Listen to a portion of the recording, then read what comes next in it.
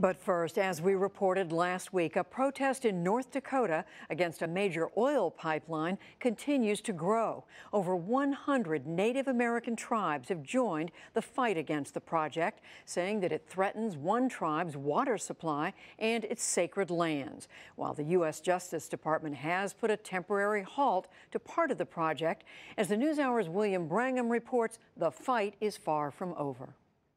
After months of protest, it was a moment to celebrate. And today we are victorious again. Last Friday, the Department of Justice blocked construction on part of the $4 billion Dakota Access Pipeline, the very pipeline that brought these thousands of protesters here to rural North Dakota. We are a proud nation. But celebration soon turned to suspicion. That's because work on the pipeline hasn't fully stopped. In areas outside of federal jurisdiction, construction continues, as do efforts to block it. At least 22 people were arrested this week. It is most definitely not a victory. Liz McKenzie drove 1,000 miles from Albuquerque to protest with her fellow Native Americans. People are finally noticing us. Not as beings of the past, not as like costumes you buy in the Halloween store. Like, we're here, we're still fighting, and that does mean a lot. The Dakota Access Pipeline begins in North Dakota's Bakken oil field and would carry crude oil almost 1,200 miles through South Dakota and Iowa down to Illinois. The pipeline's original path crossed the Missouri River just north of Bismarck, a city that is 90% white. But when concerns were raised about a potential oil spill there, the pipeline was rerouted south to go under the river right next to the Standing Rock Reservation. The Missouri River is the reservation's primary source of drinking water. The tribe says a spill there could be catastrophic for them. So when construction started, a plea for help went out. I am asking anybody who is willing to stand with us to say that water is important to come stand with us. LaDonna Brave Bull Allard put out that call. She's a member of Standing Rock, and her land looks over the ridge where the pipeline would be built. When I put the call out, I really thought maybe 40 people would come. It's overwhelming. In my own vision, I didn't expect this. Now, over 100 Native American tribes from across North America have joined Standing Rock's movement. And in this sprawling camp, a community has formed. This kitchen serves donated food to all. Kids can take classes at a makeshift school. Cords of donated firewood are split and stacked, free for the taking. Why do you think that this has taken off and spoken to so many people from so many parts of the country? The water. We know how precious that water is. We know that we must stand for the water. Miniwachoni, we say water of life. So every time we drink water, we remind ourselves how important the water is. Don't you do that? You will now. Protecting the water spurred Brenda Guachenia to drive 30 hours from Southern California to be here. She's from the Rincon Band of Luiseño Indians. She came with dozens of people, including her grandkids, and brought trucks full of donated supplies. Walking in, it was so humbling to see all of these flags. All of the people, the Native people, and all the reservations that showed up here to show Standing Rock. We're here to support you, and we're not going to let people do this to us anymore. Guy Jones was born in Standing Rock. He says the tribes are tired of being ignored.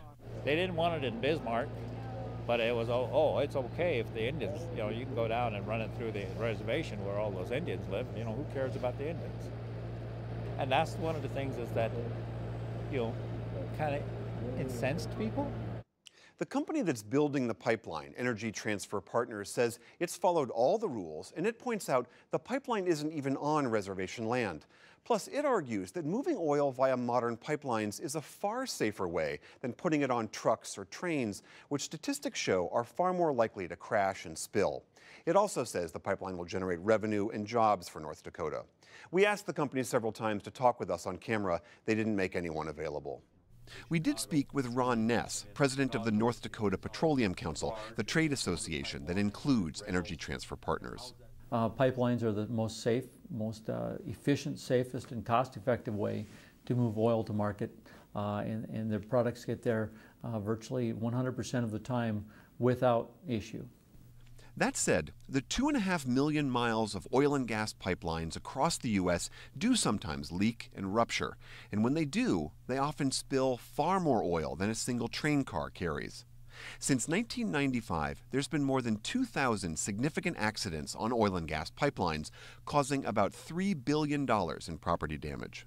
For example, in July 2010, at least 800,000 gallons of crude oil spilled into the Kalamazoo River near Marshall, Michigan. It was one of the largest inland oil spills in U.S. history and the costliest. Almost 5,000 acres of wetland habitat was inundated with oil. Hundreds of animals were killed. Thousands more were recovered, cleaned, and released. Full recovery could take decades. And just this summer, a pipeline in Canada spilled about 65,000 gallons of oil and other toxins into the North Saskatchewan River, polluting the drinking water used by the James Smith Cree Nation. The Petroleum Council says those kinds of spills near the Standing Rock Reservation are very unlikely. This pipe is 90 feet below the riverbed. It's not going to leak right into the river. It's got the detection equipment and the shutoff valves on each side of this pipeline. But LaDonna Allard doesn't believe the industry's assurances. She says 500,000 gallons of oil coursing every day under their drinking water is not safe. When that oil spills, who's going to come save us? We're Indian people. We're expendable. Who is going to come? Who is going to come and give us water? The tribe's other concern is that even though the pipeline is just off their reservation, it still runs right through areas they say are sacred ancestral grounds. 10 days ago, the tribe submitted evidence of newly discovered artifacts and burial sites, asking a state court for an emergency injunction. But before the court could make a decision, bulldozers started digging in that area. Protesters broke through a fence to try to stop them. They were met with pepper spray and guard dogs. Last month, the tribe sued the U.S. Army Corps of Engineers, arguing that in its meetings with the tribe, the Corps ignored their concerns. David Archambault II is chairman of the Standing Rock Sioux tribe. They never heard us. It was just a process that keeps moving forward because of the interest of economic development, the interest of money, the interest of greed. But last Friday, a federal court in Washington rejected the tribe's suit, allowing the pipeline to proceed. It was at that point that the Justice Department halted the project, directing the Corps and other agencies to take a second look at the tribe's concerns. Now that the Department of Justice has stepped in and said they're going to halt this construction temporarily at least, is this over for you? It's far from over, and we knew this coming in, that regardless of the outcome from the court's decision, this was the beginning. It's the start. We finally are getting people to hear. For now, on the lands near the reservation, construction equipment sits idle while the federal reviews are underway. Despite this delay, work on the pipeline continues elsewhere in North Dakota. Back at the camp, people have begun building shelters so their vigil can continue on through the coming winter. For the PBS NewsHour, I'm William Brangham near the Standing Rock Reservation in North Dakota. On a related note, a large gasoline pipeline that supplies the eastern United States was shut down this week after 250,000 gallons of gasoline leaked near Birmingham, Alabama. And online, you can hear more Native American voices from the front lines of the Standing Rock protest in an audio slideshow that's on our Facebook page, facebook.com/newshour.